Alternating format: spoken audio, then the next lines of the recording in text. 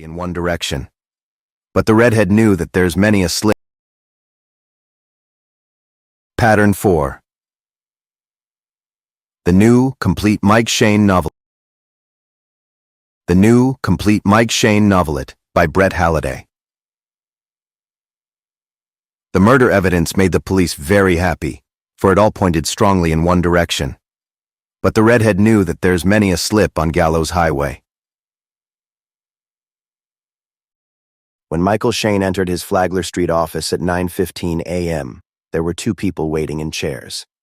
The man was about 40, tall and good-looking in a theatrical sort of way, his dark hair worn a trifle long and his sideburns a bit thicker than most men wore them. The woman, about 5 years younger, was a handsome platinum blonde with a remarkably youthful figure for her apparent age. There was something about her, too, possibly the way she wore her makeup, which made the detective think of show business. They both looked at the detective expectantly as he hung his hat on the clothes tree near the door. 1961, by Brett Halliday. A crime. Giving them a polite nod, he crossed to his private office, motioning Lucy Hamilton, who was seated at her typewriter beyond the wooden railing, to follow him as he went by her. In the inner office, Shayne seated himself behind his bare-topped desk and gave his secretary an inquiring look as she closed the door behind her. "Don't you recognize them, Michael?" Lucy asked. He shook his head. "Should I, Angel?" "They're television personalities, Michael. Breakfast with the Coles. They're on from 7 until 8 every morning." "Oh, that," Shayne said. "I've heard of it. A lot of sickeningly coy conversation over the breakfast table. I don't get up that early." "You should," Lucy said. "They're really not bad. They have quite a local following among housewives." "I'm not a housewife," the redhead growled. "What do they want?" "They wouldn't tell me, but one or both must be in some kind of danger. They asked if you ever hired out as a bodyguard." Shayne frowned. "You told them no?" Lucy nodded. "They still want to see you, though. They obviously don't want to tell me what it's all about, so you'll have to get it out of them." "Okay," the redhead said. "Send them in." Lucy went out, and a moment later the couple entered. Shayne rose to greet them, motioned them to chairs, and reseated himself. "Now, which one of you is in danger?" he inquired. Both looked surprised. The man asked, "How did you know one of us was in danger?" Shayne said dryly, "You asked my secretary if I hired out as a bodyguard. It wasn't much of a deduction." The woman said in a husky voice, "I'm the one who was threatened." "Oh? When did you receive this threat?" 5 years ago yesterday." Shayne hiked shaggy eyebrows. With a thumb and forefinger, he tugged at his left earlobe. "Maybe you'd better begin at the beginning," he suggested. Nervously, she fumbled a silver cigarette case from her handbag. Her husband solicitously held the flame of a lighter to her cigarette. Snapping the lighter shut and dropping it into a pocket, he said in a rather precise, stage-manner voice, "It will take Marie forever to tell the story, Mr. Shayne. She's so upset, she hardly knows what she's doing. Her former husband was released from prison yesterday." Shayne gave a thoughtful nod. "I'm beginning to get it. The threat was 5 years ago, but until now he hasn't been free to carry it out. Is that it?" "That's right. He drew 5 to 10 for aggravated assault with intent to kill. They hit him with the book because it was a second offense. He left Marie's brother a permanent cripple." "Sounds like a pleasant character," the redhead said. "What's his name?" Marie Cole managed to say in a strained voice. "Barry Trimble." Shayne's eyebrows went up again. "The ex-fighter? I remember that case." "Then you can readily understand why my wife is worried," Cole said. "Barry has an insane temper, and he never forgets a grudge. I know. I grew up with him, and I owned a piece of him when he was fighting professionally. That investment blew up in my face. He was barred from the ring after his first conviction for assault. He put a reporter in the hospital for writing that he was a dirty fighter." Shayne asked, "Why did he threaten you when he was sent away, Mrs. Cole?" Her husband answered for her. "It was Marie who had him arrested for beating up her brother. She brought a divorce action before he came to trial and got her decree the day before he was sentenced. He told her right after the sentencing, just before they led him away, that he was going to kill her when he got out. Shayne pursed his lips. "Convicted felons often make threats," he said. "He's had 5 years to simmer down. What makes you think he still holds a grudge strong enough to make him carry out the threat?" The platinum blonde whispered, "I know Barry. He never forgets." "Barry wouldn't forget a resentment like that in 50 years, Cole concurred. "I know him even better than Marie does." "Have you heard from him while he was in prison?" Shayne asked the woman. "Has he ever renewed the threat?" She shook her head. "Barry's not a letter writer, but that doesn't mean anything. I know he's been sitting in his cell letting the wound fester for 5 years. I know he still means to kill me." Shayne looked thoughtfully from one to the other. "How long have you two been married?" he inquired. The blonde said, "Norbert and I were married 4 years ago, Mr. Shayne, about a year after Harry went to prison." Shayne gave his carlobe another tug. "Has it occurred to you that he might have a grudge against you too, Mr. Cole? For marrying Marie?" He shrugged. "I've thought of it. Barry and I were pretty close once, and he might consider it a betrayal of friendship." "On the other hand, Barry isn't a jealous man.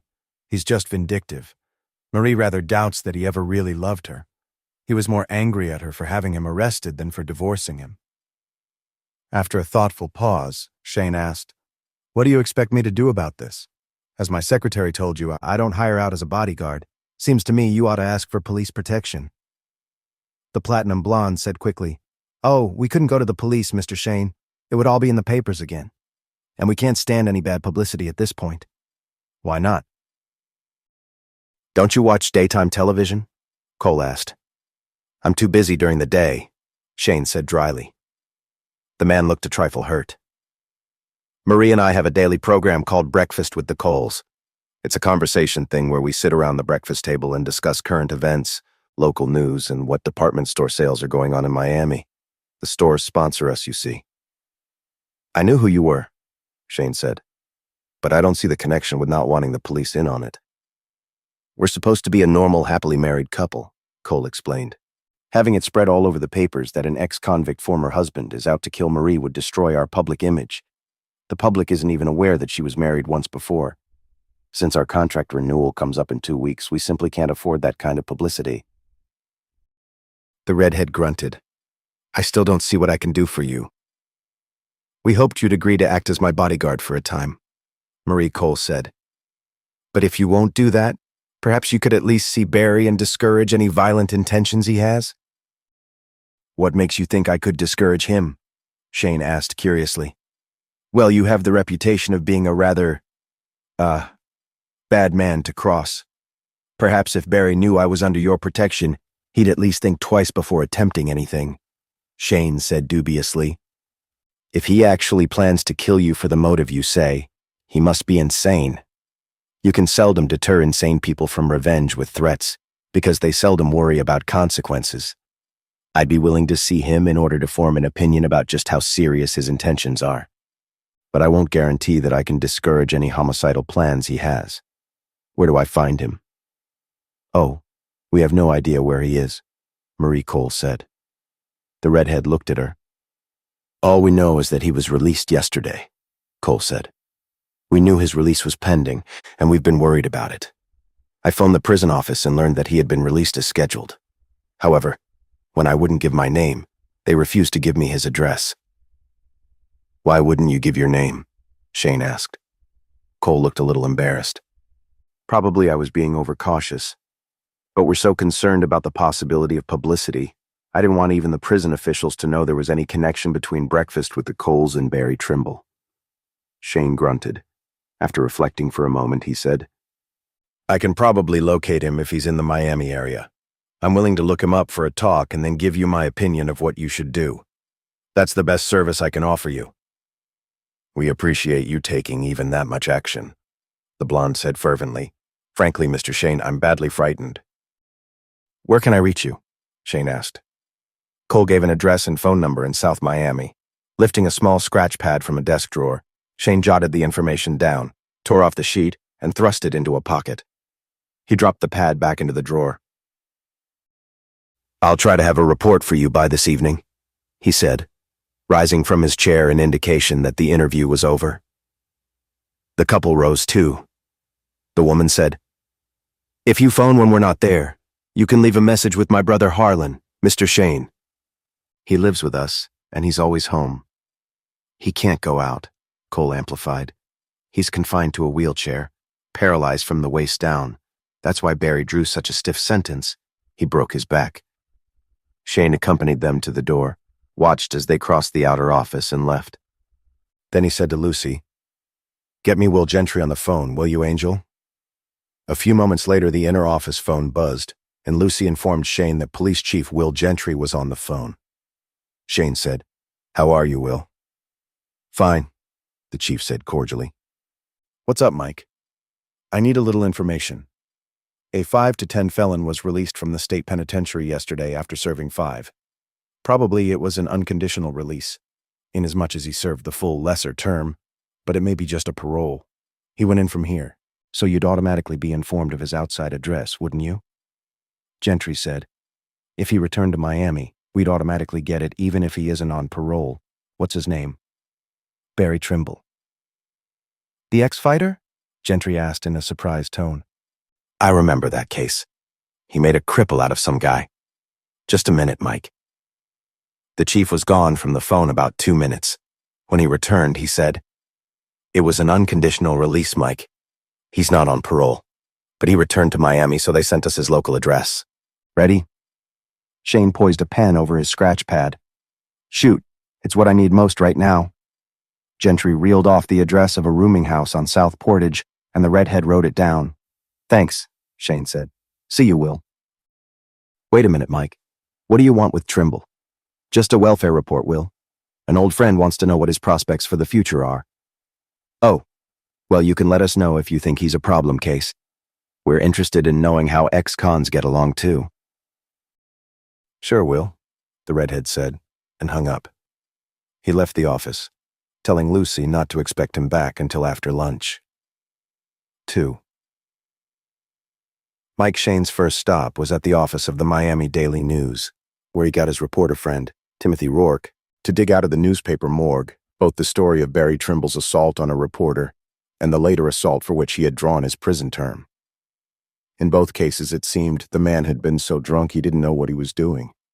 In the latter case, Marie Cole's brother, whose name was given as Harlan Wright, apparently had been drunk also and couldn't recall what had happened beyond a vague recollection of having an argument with his brother-in-law.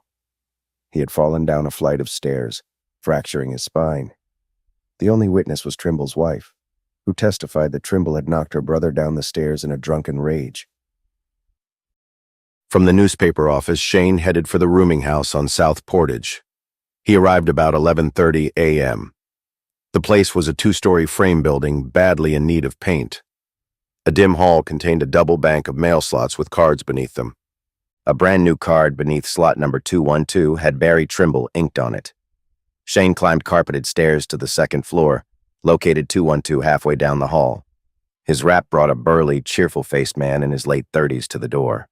The man had a somewhat battered face and one cauliflower ear, but nevertheless, there was something pleasant about his appearance. Years back, Shayne had seen him in the ring a time or two, and had liked his roughhouse style. Today, after reading the news accounts of the brutal beatings he had given 2 men, he had been prepared to dislike him on sight. But the ex-fighter gave him such a disarmingly friendly grin, he found himself instinctively smiling back. "Barry Trimble?" the redhead asked. "Uh-huh. What can I do for you?" "I'm Mike Shayne," the detective said. "Like to talk to you." "The private detective?" Trimble asked with pleased surprise. "I've heard a lot about you. Come on in." Hospitably, he held the door wide. Shayne walked into a bare room furnished with an ancient double bed, a single dresser with a marble top and one straight-back chair. In lieu of a private bath, there was a grease-ringed washbowl in one corner. "Have a seat," Trimble invited, pointing to the lone chair. He seated himself on the edge of the bed and looked at Shayne expectantly. Shayne took the proffered chair, brought out cigarettes and offered one. Trimble accepted it, allowed the redhead to hold a match to it, then leaned back and took an appreciative puff. After lighting his own and reaching to drop the match into a dresser-top ashtray, Shayne said, Understand you just got out of the big place yesterday, Barry? Uh-huh, the man said with cheerful lack of embarrassment. What are your plans? Why? Trimble inquired curiously. Got a job lined up for me? Shayne shook his head. Just making a welfare investigation. Somebody's worried about you. No fooling? The ex-fighter said in surprise. I didn't think I had a friend left in the world. I didn't get a single letter my last 3 years in the joint. There was no resentment in his tone. It was merely a statement of fact. Despite the man's record of brutality, Shayne couldn't help beginning to feel a liking for him. He said casually, Your ex-wife wonders if you're still as sore as you were 5 years ago. Trimble's cheerful expression evaporated, but he didn't look angry. He merely looked reproachful, as though the redhead had disappointed him in some way. I always heard you were a right guy, Shayne, he said in a wounded voice. Don't tell me you're working for that witch. Just to make a welfare investigation, Shayne said mildly. Welfare investigation, hell, Trimble said with a touch of bitterness. She wouldn't care if I starved in the gutter. Why'd she really sick you onto me? Because she's scared that I'll wring her rotten neck? She's a little upset by that possibility, the detective admitted in the same mild tone. She says that 5 years ago you promised to kill her. Still plan on it? Trimble's good humor returned. Reaching out to crush his cigarette in the dresser ashtray, he chortled. Losing some sleep, is she? I never said I'd kill her, Shayne. I said I'd wring her neck. That often kills people, Shayne said dryly. Still plan to do it? The man made a gesture of amused impatience. I never planned to kill her. It was just one of those things you say when you're mad. It didn't mean anything. I'd dance at her funeral, but I wouldn't walk across the street to batter one. I hope I never see her again. He grinned widely. No fooling. Is she having nightmares? A few. Shayne examined him contemplatively. Is this straight? You're holding no grudge? Sure, I'm holding a grudge, Trimble said. I hate her guts. But I'm not going to the electric chair for the privilege of getting even. She railroaded me into 5 years. That's enough. Railroaded you? Shayne said. You made her brother a cripple. Sure, the ex-fighter admitted with a regretful frown. When we were both so drunk, neither of us remembered the fight. You don't think I meant to cripple him, do you? That's beside the point. You did. Listen, Trimble said earnestly. For 5 years I've regretted what I did to Harlan. Not just because it got me a sentence, but because I wouldn't deliberately do that to anybody. But I never regretted choosing him that night. He'd been sponging on me since the day I married his sister. He lived with us, you know, and he never worked a day in his life. On top of that, he rode me all the time about being a punch-drunk fighter. He deserved to have me clobber him. I don't know just what happened, because we were both drunker than skunks. But it must have been an accident that he fell down the stairs. Marie could have said it was an accident. She was the only witness. But she testified that I picked him up and heaved him down the stairs. She didn't have to say that. You mean she could have lied to save you? She could at least have shut up, he said. The law says a wife can't be forced to testify against her husband. It doesn't say she can't, if she hates him enough to want to. They couldn't have touched me without her testimony. But she got on the stand and deliberately sent me up. Maybe she had some regard for her brother, Shayne said. She hasn't any regard for anyone but herself, Trimble said cynically. But why rehash things that are over and done with? Tell her to rest easy. I'm staying on the wagon. What's that got to do with anything? Trimble hiked thick eyebrows. Don't you know how I am? I'm a Jekyll and Hyde drinker. Sober, I'm a pretty nice guy, even if I do say so myself. Drunk, I'm a slob. I might look her up and batter around if I got drunk. I might do almost anything. But I've already spent 5 years behind bars for getting drunk. You couldn't pay me ever to take another drink. Shayne looked him up and down. Think you can stick to that resolution? When you've been hitting the bottle for a long time. I'm certain of it, the man said in a definite tone. I'll never take another drink as long as I live. You can assure Marie of that, and tell Norbert to rest easy too. I haven't got any grudge against him. All he has is my sympathy. Oh, you know she's remarried then? Sure. We got the Miami papers in stir. Suddenly he grinned. I thought about sending them a wedding present, but I couldn't get hold of the materials to build a bomb. He shrugged, and the grin was gone. Shayne rose and killed his cigarette in the ashtray. Okay, Trimble. I'll report to my client that you're willing to let bygones be bygones. Need a job? I start as dishwasher in a joint up the street today, Trimble said. I could use a better one. I'll speak to a couple of business acquaintances, Shayne said. Maybe I can turn you up something. I'd certainly appreciate that, the man said, rising also. He glanced at a wristwatch. Hey, I've got a report to work at noon. I'll walk down with you. They went down the stairs together. Outside, Trimble pointed to a sign up the street which read, Swartz's Cafe. It only pays $1 an hour, he said, but I get 3 meals, so it's enough to tide me over. The food isn't too hot, but at least the place is clean. They talked for a moment or two more. Then Trimble walked up the street and entered the restaurant.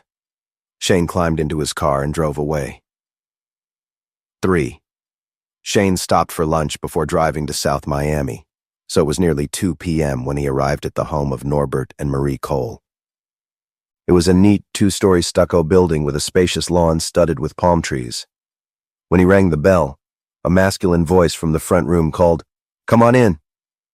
A television indoors was blasting so loudly, he barely heard the invitation over it. Opening the door, the redhead stepped into a wide front room comfortably furnished with good quality furniture. Opposite the front door, stairs led to the second floor. Just left of the stairs, a blond, sullen-faced man of about 30 sat in a wheelchair with a shawl over his legs, facing a television screen. A quiz program was on, and just as Shayne entered, the idiot MC emitted a hyena laugh at some joke he had just made. Shayne winced, partly at the volume but mostly at the MC. The man in the wheelchair lifted a small remote control box from his lap, aimed it at the television set, and pushed a button. The sound died, and the screen went blank. I agree with your expression, he said sardonically. The worst loss to show business when vaudeville died was the hook they used to use to jerk lousy performers off stage, but I have to watch it because there isn't anything else to do. You must be Mike Shayne. Uh-huh, Shayne said. And you must be Mrs. Cole's brother. The man in the wheelchair nodded.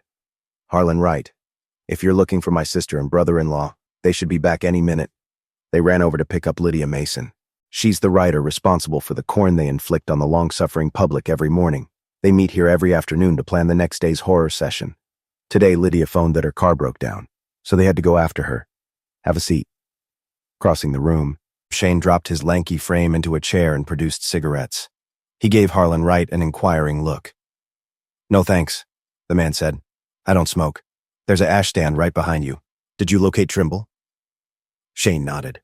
Lighting a cigarette with a paper match, he twisted in his chair to move the ash stand behind it around in front of him. He dropped the dead match into it. How is my punchy ex-brother-in-law? Wright asked. Seems in good spirits, Shayne said laconically. The man chuckled without humor. So my lovely sister is worried that Barry will come after her, is she? He ought to. If ever a bitch deserved a clobbering, Marie does. Shayne hiked shaggy eyebrows. She railroaded the poor slob, Wright said. It was the easiest way to get rid of him. She had her greedy little eyes on Norbert. He chuckled again. Then she almost didn't land Norbert after going to all the trouble of getting rid of Barry.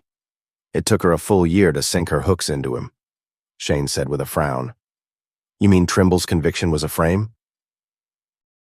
Oh, we had some kind of a scrap, all right. I vaguely remember clobbering him and getting clobbered back. But I've always doubted that he deliberately threw me down the stairs. I wouldn't put it past Marie to have pushed me herself. She would have liked to be rid of me too. He emitted another cynical chuckle. If she did, it sure backfired. Now she's stuck with my support for life. Shayne took a thoughtful puff on his cigarette. You don't seem to harbor much resentment against Trimble. Wright shrugged. I'm not sure he did this to me. And even if he did, it wasn't on purpose. Aside from being dumb, Barry isn't a bad guy when he's sober.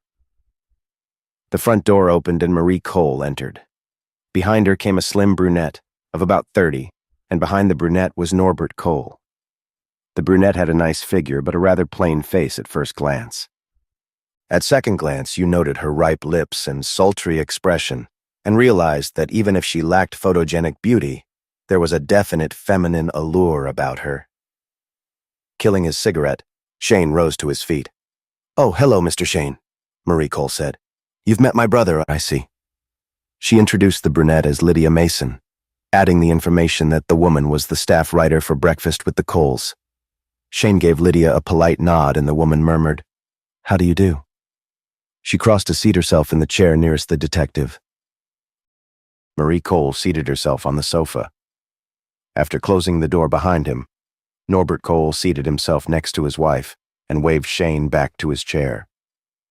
Harlan Wright said, "Mr. Shayne located Barry, Marie. He's coming over tonight to cut your ears off." The platinum blonde's eyes widened. Shayne growled, "Your brother has a misplaced sense of humor, Mrs. Cole." He threw a glance at Lydia Mason. Norbert Cole said, "You can make any report you have in front of Lydia, Mr. Shayne. She's like one of the family." The redhead shrugged. "All right then, Mrs. Cole. Your ex-husband is living in a rooming house at South Portage and Labatt. He has a dishwashing job at Schwartz's Cafe, a few door from the rooming house. He isn't interested in any revenge. He said to tell you he plans to stay on the wagon." "Barry stay on the wagon?" she said unbelievingly. Norbert Cole said, "If he does, there isn't much to worry about. It's only when he's drunk that he goes nuts." Shayne said, "He admitted being a Jekyll and Hyde drinker. He blames drink for what happened and doesn't want to repeat." "I'm inclined to believe he really means to stay away from the stuff, though of course I can't guarantee that he will. But my opinion after talking to him is that you aren't in any danger from him so long as he stays sober." "He was sober when he threatened to kill me 5 years ago," she said dubiously. "He insists it wasn't meant as a threat. He says when he promised to wring your neck, it was just an angry remark. He has no intention of coming anywhere near you." "How's he feel about me?" Cole asked.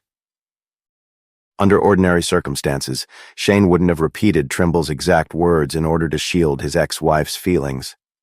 But his opinion of Marie Cole had been steadily dropping ever since he first met her, and he was beginning to doubt that she had any feelings other than concern for her own skin. He said dryly, "He's holding no grudge against you for marrying Marie. He said all you have is his sympathy." The woman flushed. Harlan Wright chuckled delightedly, and she threw him a baleful glare. Norbert Cole and Lydia Mason discreetly showed no reactions at all. Shayne rose to his feet. "I guess that about winds it up, Mrs. Cole. If you don't think he's capable of staying on the wagon, I suggest you lock your doors at night and stay off the streets when you're alone for a time. If he does stay sober, I don't think you have to worry." "How will I know whether or not he's sticking to his resolution?" she inquired dissatisfiedly. The redhead shrugged. "You have a problem. As things stand, you don't even have much grounds to ask for a police guard unless he does get drunk and tries to commit some overt act. About all you can do is be careful and hope he stays on the wagon." "Couldn't you make a periodic check on him?" Shayne shook his head. "I'm not a nursemaid, Mrs. Cole. I agreed to see him once and give you my opinion. If you want a regular check kept on him, you'll have to hire some other investigator. It isn't the sort of case that interests me in the least." "Well, could I at least call on you if he threatens me again?" "If he does that," Shayne agreed. "Phone me anytime if you think you're in real danger, and I'll come running." Norbert Cole rose to show the redhead to the door. "That ought to be satisfactory, Marie," he said. "With Mr. Shayne on tap for emergencies, there isn't anything to worry about. We certainly appreciate what you've done, Mr. Shayne. Don't we, Marie?" "I guess," his wife said without much enthusiasm, still obviously not satisfied with what Shayne had told her. There was nothing Shayne could do about that. Barry Trimble might go 10 years without taking a drink, then fall off the wagon and decide to carry out his threat. It was a situation in which the only permanent solution was hope. Bidding the Coles goodbye and telling Harlan Wright and Lydia Mason he was glad to have met them, the redhead left. At 11:30. That night, Shayne was having a cognac and ice water nightcap in his apartment when the phone rang. Setting down his glass, he went to answer it. "Mike?" a frightened feminine voice said in his ear. "Mr. Shayne, I mean." "Mike is all right," he growled. "What is it, Marie?" "Barry just phoned. His voice was so thick with drink I could hardly understand him. He said he's on his way over here to kill me." "Is your husband home?" Shayne asked sharply. It's his bowling night. No one's here but Harlan, and he's downstairs in bed. I'm phoning from bed too, as a matter of fact. I took Barry's call on my bedside extension. The doors are locked, but both the front and back doors have the glass panes. If he's berserk, he could knock out a pane and reach through to unlock the door. Do you know where he phoned from? I haven't any idea. I don't think it was a payphone, because there wasn't any operator's voice first. Barry was right there when I answered. You don't get an operator's voice on payphone calls anymore, Shayne said. They're all dial. It's a 15-minute drive from here to your place. I want you to call the police and tell them to come fast. I'll get there as soon as I can. Oh, Mike, I can't drag the police into this, she wailed. It will be in the papers. You won't need a contract renewal if you're dead, Shayne snapped. Call them. But Mike! Her voice ended in a gasp as there was a crash of glass far in the background. Shayne said, Marie! That was the front door, she whispered. Lock your bedroom door, the detective said rapidly. I'll have the cops there in a matter of minutes. Hang up now so I can dial. All right, she said in a panicky voice, and the phone went dead. Shayne dialed police headquarters and barked the information to the desk sergeant in quick, staccato words. The call took him less than 30 seconds. Then he slammed down the receiver, grabbed his coat from where it was draped over a chair, and shrugged into it on the way to the door. He headed for South Miami with his accelerator to the floor. At stoplights and stop signs, he slowed only enough to make sure there was no cross traffic, then whizzed on through. Where there was cross traffic, he blasted it to a stop with his horn and nosed through as soon as the other cars came to screeching halts. If he had been driving like that to a party, he thought grimly, cops would be sounding a siren at him before he had gone 2 blocks. But because he wanted a police car to appear so that it could clear the rest of the way with its siren, there wasn't one in sight anywhere. It was the way the dice always seemed to fall. Nevertheless, he made the 15-minute drive in 9 minutes flat, slamming to a halt behind a police radio car parked in front of the stucco home. As he long-legged it across the lawn, he noted that the front door stood wide open and every light in the house was on. The upper glass pane of the door was shattered, he saw as he entered the house, and broken glass was strewn all over the floor just inside. He found Harlan Wright, pale-faced and tousle-haired, seated in his wheelchair in the front room. The man was in pajamas. When Shayne gave him an inquiring look, Wright said huskily, I don't know what happened. It takes me 5 minutes to lift myself out of bed into my chair. By the time I got out here, cops were running upstairs. They're still there. Shayne went up the stairs 3 at a time. He reached the top just as a uniformed officer came from a bedroom door. Shayne knew the man, whose name was George Gannon. Hi, Mike, Gannon said in surprise. What are you doing here? I phoned in the complaint, Shayne growled. I was talking to Mrs. Cole on the phone when the door pane broke. Is she all right? Gannon gave his head a regretful shake. He nodded toward the open bedroom door. Stepping to the door, Shayne looked in. A second police officer, whom Shayne didn't know, was peering into the bathroom.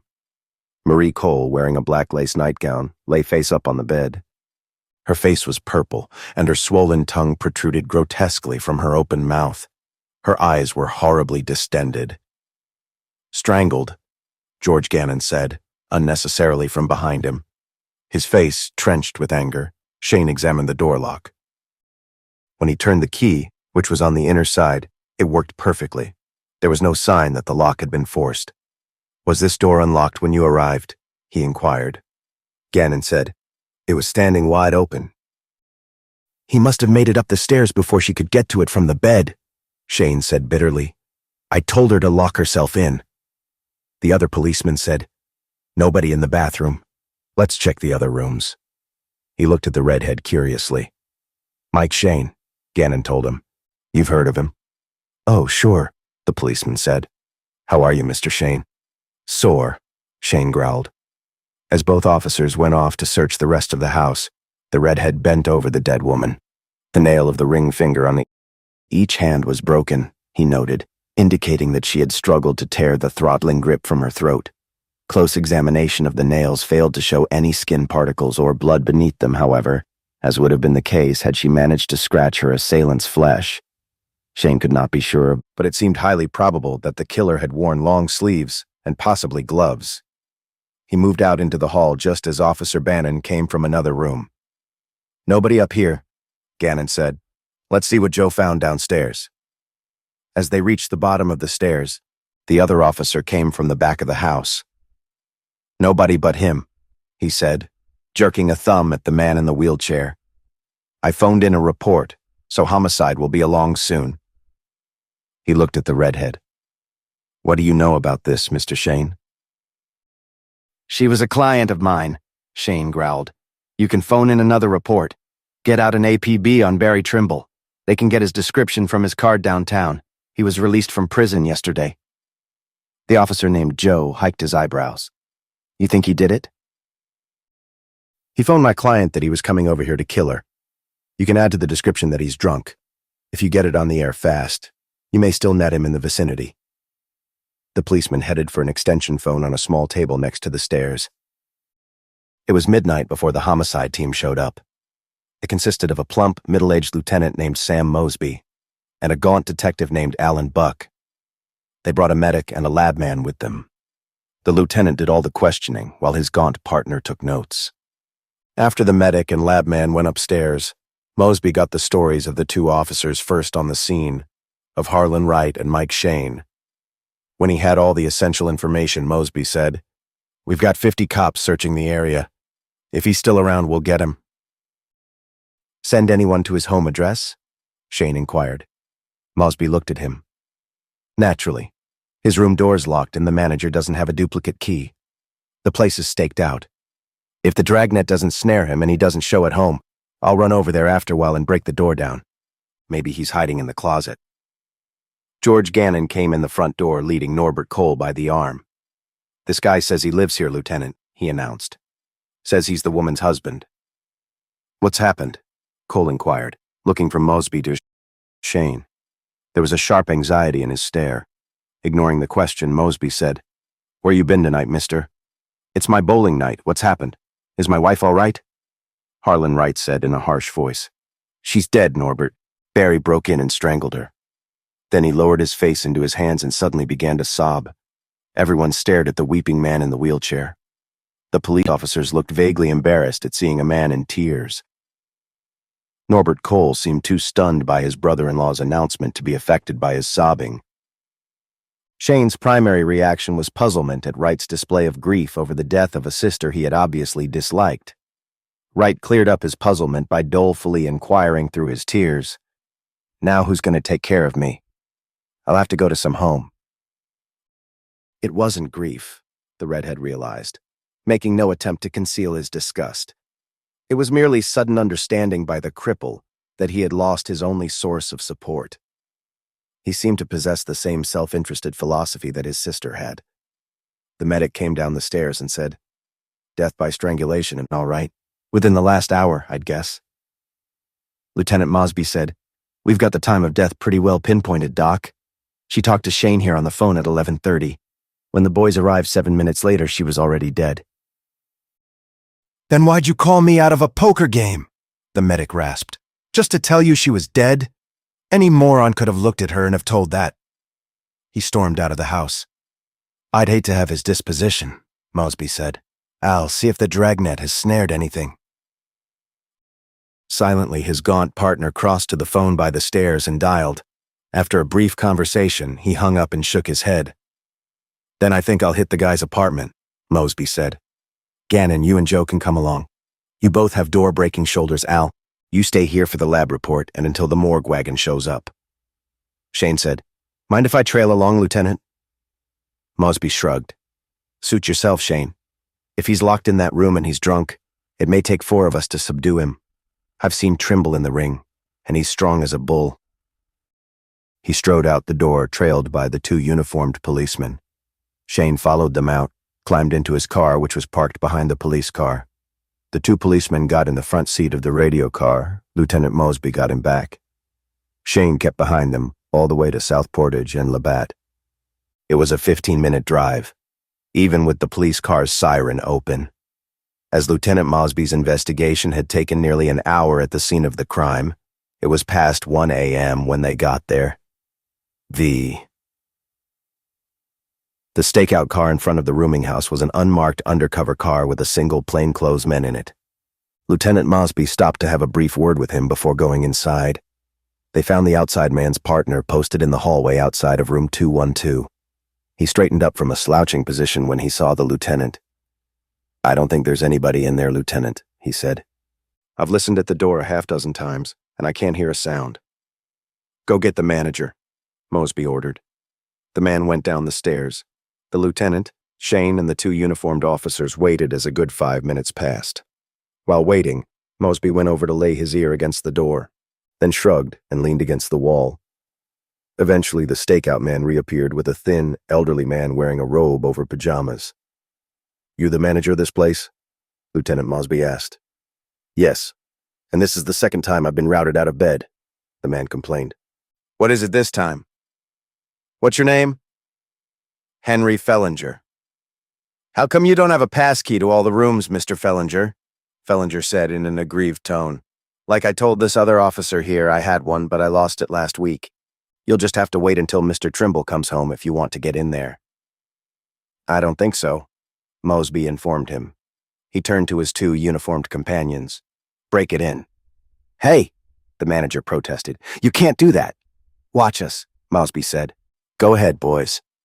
George Gannon examined the door, which was held by a spring lock.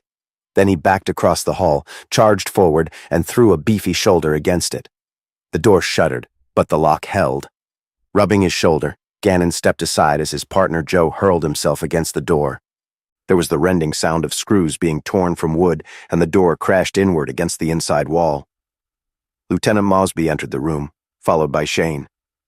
The center light was off, but a small light burned over the corner washbowl. There was a strong odor of whiskey in the room. An empty pint bottle stood on the dresser. A second, also empty, lay on the floor. A wet stain on the rug around it explained the odor. Apparently it had been at least half full when it spilled. A straight-backed chair lay on its side near the room's center. A section of doubled clothesline was securely tied to the overhead light fixture and hung downward. Hanging limply from the end of the rope was the body of Barry Trimble. The men in the hall had now all crowded in behind Mike Shayne. Everyone stared at the dead man. Henry Fellinger squeaked, "He's dead! He hung himself!" Swinging toward the rooming house manager, Lieutenant Mosby snapped, "We won't need you anymore, Mr. Fellinger. Go on back to bed." The man continued to stare open-mouthed at the dead man. George Gannon took his arm and gently steered him from the room. He stood watching from the doorway until he was sure the manager had gone back downstairs, then re-entered the room. Lieutenant Mosby moodily circled the dangling corpse. "Well, I guess that's that," he said. "Murder and suicide."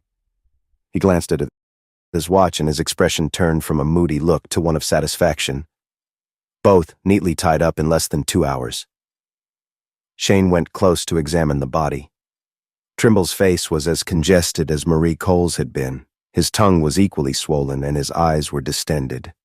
The knot of the noose was expertly placed to the side and slightly to the rear of the man's neck, in the traditional spot that hangmen place it, but it hadn't succeeded in breaking the neck.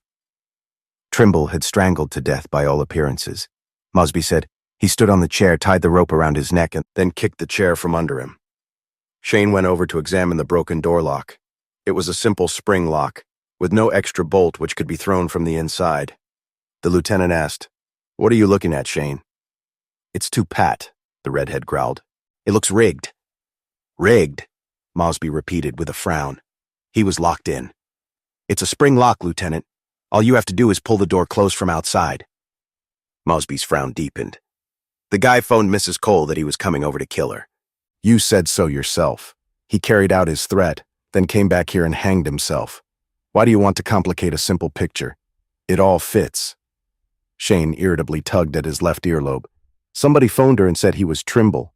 According to Marie, his voice was so thick she could hardly understand him. Thick with drink, she said. But it could merely have been a disguised voice." "She used to be married to the guy," Mosby said impatiently. "She'd recognize his voice. She'd be certain to. She hadn't heard it for 5 years, and for all we know, she'd never before heard it over the phone when he was drunk." "Would you recognize your wife's voice over the phone if she called you? Said she was someone else, and talked so thickly you could barely make out the words?" After staring at the redhead for a moment, The lieutenant made a dismissing gesture. Why would anybody rig a thing like this, Shayne? What would be the motive? I don't know, Shayne admitted. I just don't like the smell of it. Why? I talked to Trimble right here in this room less than 14 hours ago. He said he was permanently on the wagon. He sounded like he meant it. If a couple of months had passed, or even a couple of weeks, I might swallow it. But it's hard to believe he didn't even have enough willpower to hold off one night. He'd been in stir 5 years. In that time, you can build an awful thirst. If he was that thirsty, he'd have gotten drunk as soon as he got out. Why would he wait over 24 hours? Mosby shrugged. It'll be easy enough to settle. I'll ask the autopsy surgeon to check his alcohol content. That'll show whether he was drunk or sober. He turned to George Gannon. Phone Al Buck at the Cole residence and see if that lab man is still there, Gannon. If he is, have him sent over here. Then phone headquarters and tell them to drag Doc away from his poker game again. I want this guy looked at before he's cut down. Shayne waited around until the lab man and the medic arrived. The latter got there a moment before the lab man, so the lab technician quietly waited to one side until the doctor was finished. The medic seemed in an even more irascible mood at being called from his game a second time than he had at the Cole home. After examining the body, he said peevishly, Strangulation. At least an hour ago, maybe 2 or 3. Say between 10:30 and 1:30. Shayne asked, Can't you cut it any finer? On the autopsy table tomorrow, maybe, if you can tell me what and when he last ate. By figuring the rate of digestion, we can pinpoint it within maybe 15 or 20 minutes. But if you can't get me the dope on what he ate, don't expect a much better answer than I just gave you. Lieutenant Mosby said, We know he was alive at 11:30 because he was murdering his wife then.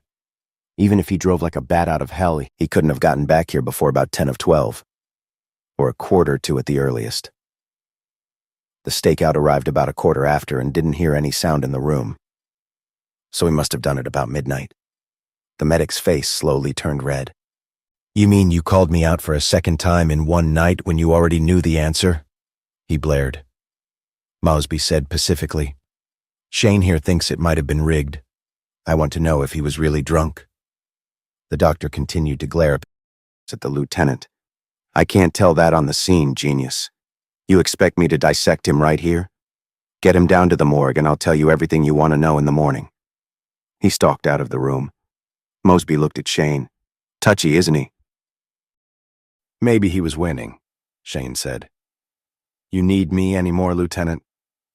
Not tonight, Mosby said. You'll have to come down tomorrow and dictate a statement to sign. But I guess we're set for tonight. Shayne went home and went to bed. 6. At 11 the next morning, Shayne arrived at police headquarters. After dictating his statement of the night's previous events to a stenographer and signing it, he dropped by the police chief's office.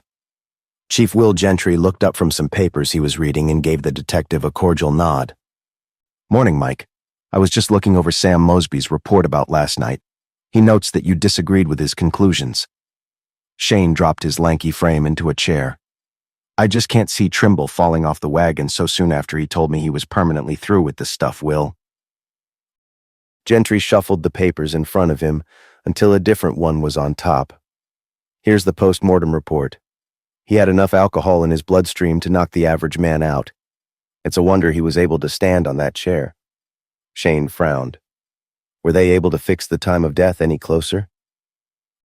After examining the report, Gentry said, A little, between 10:30 and 12:30. That fits. Mosby figures he hanged himself around midnight. The redhead gave his left earlobe an irritable tug. I still don't like it, Will, Gentry said patiently.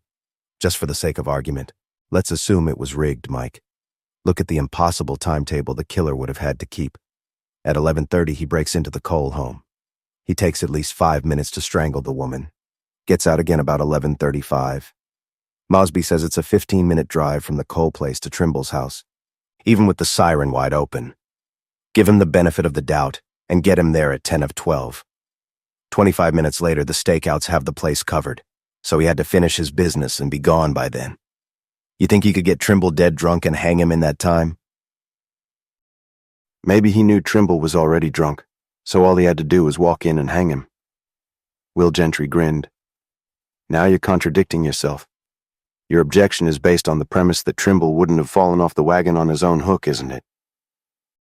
Shayne irritably ran a hand through his coarse red hair. All right, I'm contradicting myself. I still don't like it, Will. I have a feeling that it's too pat. Well, you must have an alternate suspect then. Who do you think rigged it? Shayne shrugged. The obvious one comes to mind. Who's always the first suspect you consider when a woman is murdered? Gentry nodded. I thought of that when I saw Mosby's note that you disagreed with him. We don't think you're a fool, Mike. We've got a pretty healthy respect for your opinion in matters like this around here. It occurred to me that if it was rigged, it was just the sort of frame a husband might pull to prevent us from looking any farther. There wouldn't be any point in pushing the blame onto Trimble if the real killer was someone we wouldn't automatically suspect anyway. So we checked Norbert Cole's alibi. And it stood up? Gentry shook his head. He was supposed to be bowling. He hasn't showed to bowl with his team in 5 weeks. Shayne's eyebrows went up. He rigged an alibi? Yeah, the chief said dryly, but not for our benefit, for his wife's. For 5 weeks on the nights he was supposed to be bowling, he's been at the apartment of a TV writer named Lydia Mason. When we busted his first alibi, he broke down and confessed where he really was. She confirmed it. She says he was with her from 9 until midnight. If he'd never missed bowling before, we might suspect that she was just covering for him. But with the pattern of his spending every bowling night at her place, it rings true. Shayne gave his earlobe a thoughtful tug. I guess that eliminates my prime suspect, he said reluctantly. The only other possible is Marie's brother, Harlan Wright, and he's a cripple. Gentry nodded. We thought of him, too. Norbert Cole steered us Wright's way when he realized he was under suspicion. According to Cole, Wright hated his sister's guts. Cole says Harlan half suspected that it was really Marie instead of Trimble who pushed him down the steps 5 years ago. Cole claims Wright accused her of it on a number of occasions during arguments. But Wright couldn't even get up the stairs, let alone drive across town and lift a guy as heavy as Trimble up on a chair. We're closing the case as murder and suicide, Mike. Shayne rose to his feet. You do as you like, Will. But I think I'll poke around a bit more before I close my personal file on it. See you around. Will Gentry frowned after the redhead as the latter walked out of the office. By then it was nearing noon, and on a sudden impulse Shayne drove to South Portage. Entering Swartz's cafe, he sat at the counter and ordered a blue plate special of roast beef, potato, and vegetable. As Trimble had told him, the food wasn't very good, but at least the place was clean. After finishing his meal, the redhead beckoned to the little blonde waitress who had waited on him. Coming over, she said, "Dessert, sir?" "No thanks," he said. "Did you work with Barry Trimble yesterday?" "Yes," she said. "Wasn't that terrible what he did? Did you know him?" Then her eyes widened in sudden recognition. "Hey, you're Mike Shayne, aren't you?" "Uh-huh," he admitted. "Barry told us you dropped in on him yesterday. Gee, I never thought I'd meet a real celebrity.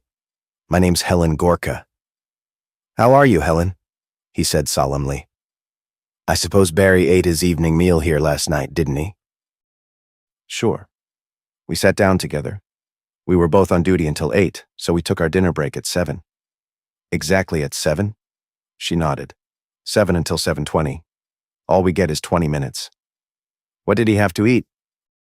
Her eyebrows went up in surprise at the question. "Stuffed peppers, mashed potatoes, string beans. Yesterday's blue plate special. Why?" "Just wondered." He stood up. "Thanks, Helen. You've been a big help." "It's been a pleasure," she assured him. There was a phone booth in the restaurant. Shayne used it to call police headquarters. He asked for Chief Gentry. When the chief answered his phone, Shayne said, "This is Mike, Will. Last night the ME told me that if I could give him the time that Trimble last ate and what he ate, he could pinpoint the time of death to within a few minutes." "Yeah, they can do that," Gentry agreed. "They estimate it by the stage of digestion." "Well, you can pass on to him that Trimble had stuffed peppers, mashed potatoes, and string beans at 7 o'clock and finished eating at 7:20. Gentry said in a puzzled tone, "We already know about when he died, Mike." "Pass it on anyway, will you?" Shayne said. "All right, Mike," Gentry said in the irritatingly agreeable tone of a man humoring a friend he believes is entirely wrong. "I'll pass it on." "You don't have to sound as though you're doing me a favor," Shayne growled. I'm trying to do you one. After hanging up, he mused for a moment, then pulled from his pocket the piece of paper on which he had written the Coles' address and phone number. Dropping another coin, he dialed the number. It was answered almost immediately by Harlan Wright. "This is Mike Shayne," the detective said. "Mr. Cole there?" "Oh, hello, Mr. Shayne. No, he isn't. He had to stop by the funeral parlor to make arrangements for Marie, then he was going to the TV station. Something about a contract termination because of Marie's death." There was a pause. Then he said in a diffident voice, "I guess I was pretty hammy last night, breaking up like that. I'm embarrassed." "Forget it," Shayne said. "Thanks for the information." He hung up. 7. The television station where Breakfast with the Coles originated was a modern brick one-story building. A receptionist told Shayne that Norbert Cole had just come from the station manager's office, and she thought the detective could find him in staff writer Lydia Mason's office. She told him how to get there. Shayne walked down a hall to the indicated door and found it open. Looking in, he saw Lydia Mason seated behind a typewriter desk. Norbert Cole sat smoking a cigarette and talking to her. The woman looked up and said, "Why, hello, Mr. Shayne, come on in." Norbert Cole rose and gave Shayne a polite greeting. Shayne found a chair and lowered his long frame into it. "I was looking for you, Cole," he said. "Your brother-in-law told me where to find you." Cole reseated himself. "You're looking for me? Is anything the matter?" "I just wanted to talk about last night." Cole frowned. "I've already been over all that with the police, Shayne." "I know," the redhead said dryly. "You had a pretty good alibi." Cole's frown deepened, and Lydia Mason blushed. "See here, Shayne," Cole said with a touch of anger. "Our personal affairs—" "I'm not interested in your personal affairs," the redhead interrupted. "But in view of your alibi, I don't suppose either of you are terribly grief-stricken over Marie's death." "What's that supposed to mean?" Cole demanded. "Only that I don't feel I have to touch on the subject delicately out of respect for your feelings. I don't think Trimble killed Marie, and I don't think he committed suicide. I think he was murdered, just as Marie was." Norbert Cole's eyes narrowed, and Lydia Mason looked shocked. In a faint voice, she said, "What do you mean, Mr. Shayne?" "I think the whole thing was rigged by someone who knew of the threat Trimble made 5 years ago. How many people does that include?" After staring at the redhead for a time, Cole said slowly, "Only me and Lydia and Harlan. We never discussed it with anyone else. Is this an accusation?" "Just a statement of fact. The police seem satisfied with your alibi, Cole." A puzzled frown formed on Cole's face. "You can't be suspecting Harlan." Shayne shrugged. "I understand you yourself suggested him to the police." Norbert Cole looked a trifle shamefaced. "They seemed to be suspecting me, and I merely pointed out that Harlan had just as good a motive.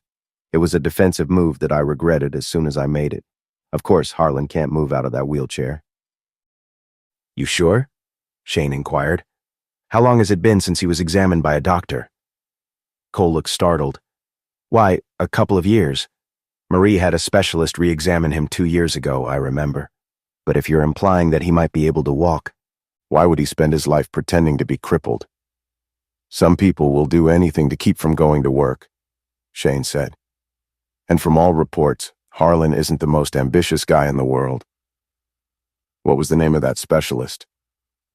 After corrugating his brow, Cole said, "Bacon." "Dr. Clyde Bacon. I think he's in the medical building. You can easily check on it if I'm mistaken." Shayne came to his feet. "That's all I wanted. Think I'll give Dr. Bacon a ring." Moving to the door, he paused and said in seemingly idle interest, "What are your plans, Cole, now that your wife's death ends Breakfast with the Coles?" Cole said, "I really haven't thought about it yet. It's a little soon to think about anything but funeral arrangements." Lydia Mason said, "Norbert used to work the nightclub circuit. He's really a very fine stand-up comedian." "With the right material," Cole modestly admitted. "The trouble was getting good writers. If you pay what they're worth, you work for nothing yourself. If you buy gags from second-raters, you die before the audience. It's a rough racket." "I suppose," Shayne said. "Well, thanks for the name of that doctor."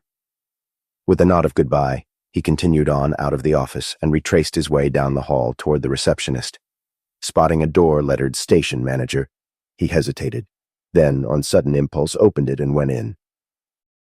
When a middle-aged secretary looked up at him inquiringly, he said, "Tell your boss I'd like to see him. The name is Michael Shayne." The secretary's face registered surprised interest. "The private detective? Just a moment, Mr. Shayne." Rising from her desk, she disappeared through a door marked "Private." A moment later, she reopened it and said, "Mr. Carlson will see you now, Mr. Shayne." It was after 2 p.m. when Mike Shayne left the television station. Returning to his office, he made a phone call to Dr. Clyde Bacon. When he hung up, there was a look of satisfaction on his face. Lifting his desk phone, he said to Lucy, "Phone Will Gentry, will you, Angel? Ask him to call me here as soon as he gets a report back from the autopsy surgeon on Barry Trimble." "All right, Michael," Lucy said. The phone call from Chief Gentry came at 4 p.m. When Shayne answered, the chief sounded upset. "You sure managed to louse up our whole case," Gentry complained. "It's wide open again." "I thought it might be," Shayne said. "What did the autopsy surgeon say?" "Trimble died between 10:30 and 11 p.m., a half hour to an hour before Marie Cole was murdered." Shayne emitted a pleased grunt. "That's the clinching bit of evidence we needed, Will. Would you like to know who the real killer is now?" "We'd prefer not to list both murders as unsolved homicides," the chief said sarcastically. "I'll meet you at the Cole house in 20 minutes, Shayne said, and hung up. Chief Gentry was already parked in front of the stucco house when Shayne arrived. As the redhead pulled in behind him, Gentry got out of his car and scowled in his direction. Climbing from his car, Shayne said, "Why the sour expression, Will?" "You hung up on me," Gentry said accusingly. "I phoned right back, but Lucy said you'd already left. You could have told me what this is all about." "You'll find out inside," Shayne said. "Let's go." Norbert Cole came to the door. He looked surprised to see Gentry, but he invited both men in politely enough. Lydia Mason was seated in the front room, and Harlan Wright was in his wheelchair. Shayne said, "I'm glad you're here, Miss Mason. It saves us the trouble of sending for you." The brunette raised her eyebrows, and Cole said, "What's this all about, Shayne?" "A couple of murders," Shayne said. "The autopsy surgeon has been able to fix the exact time of Trimble's death. He died a half hour to an hour before Marie did." Lydia Mason looked confused. "How could that be?" she inquired. "His killer banked on the police accepting the obvious," Shayne said. "Maybe he knew that under ordinary circumstances, it's difficult to fix time of death closer than within a couple of hours, even with an autopsy. Or maybe he figured they wouldn't bother having an autopsy when the situation was so obvious. At any rate, he set the scene at the rooming house first. He had to. He knew Marie's murder would only take minutes, but Trimble's demanded a lot of advanced preparation. There wasn't time to begin working on Trimble after Marie was dead." Norbert Cole asked, "What kind of advanced preparation?" "First, he had to get him drunk. My guess is that he walked in on Trimble with a gun in his hand and forced him to drink at gunpoint. Probably he made him down the stuff as fast as he could take it and forced him to keep drinking until he passed out. Then he strung him up, came home and made the phone call to Marie." "Came home?" Wright said. "The phone call was made from right here," Shayne said. He pointed to the extension by the stairs. "Probably from that extension. He dialed the service number, which makes your own phone ring, hung up, and as soon as the ringing stopped, indicating that Marie had answered upstairs, picked it up again and went into his act. It had to be that way because of the timing. He had to know that Marie had called me, and he had to know what she said, because if she suspected it wasn't really Barry Trimble who phoned her, everything was off. He listened on the extension to her conversation with me. As soon as he was satisfied that the plot was working, he let the receiver dangle, walked out on the porch and broke the door pane. That was a fine touch, because I could hear the glass shatter in the background in the extension pickup." "Who?" Norbert Cole asked tensely. He shifted his gaze to the man in the wheelchair. Shayne gave his head a sardonic shake. "It won't work, Cole. I talked on the phone to Dr. Bacon. Harlan is permanently paralyzed from the waist down, and nothing in the world could ever make him walk again." "Did Marie manage to get her bedroom door locked before you got upstairs?" "It wouldn't matter, of course. She would be so relieved at hearing your voice assuring her that it was only you. She'd unlock it again." Cole's face had paled.